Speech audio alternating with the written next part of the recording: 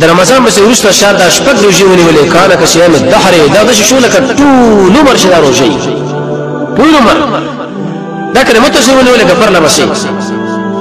په دې جنت کې دروازه راغلي ویل شي ریان او هغه انسانان چې باغې باندې بتګ انسانان ور داخليږي دی باندې به حق خلق ورږي چې په دنیا کې د الله لپاره روزي نیولې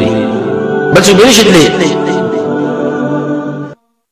بشكل اخر كسر باندې داخل شي هغه روزي نیولې ده فلم يدخل منه احد غير مرسل بل یو کسب دې باندې ورنشي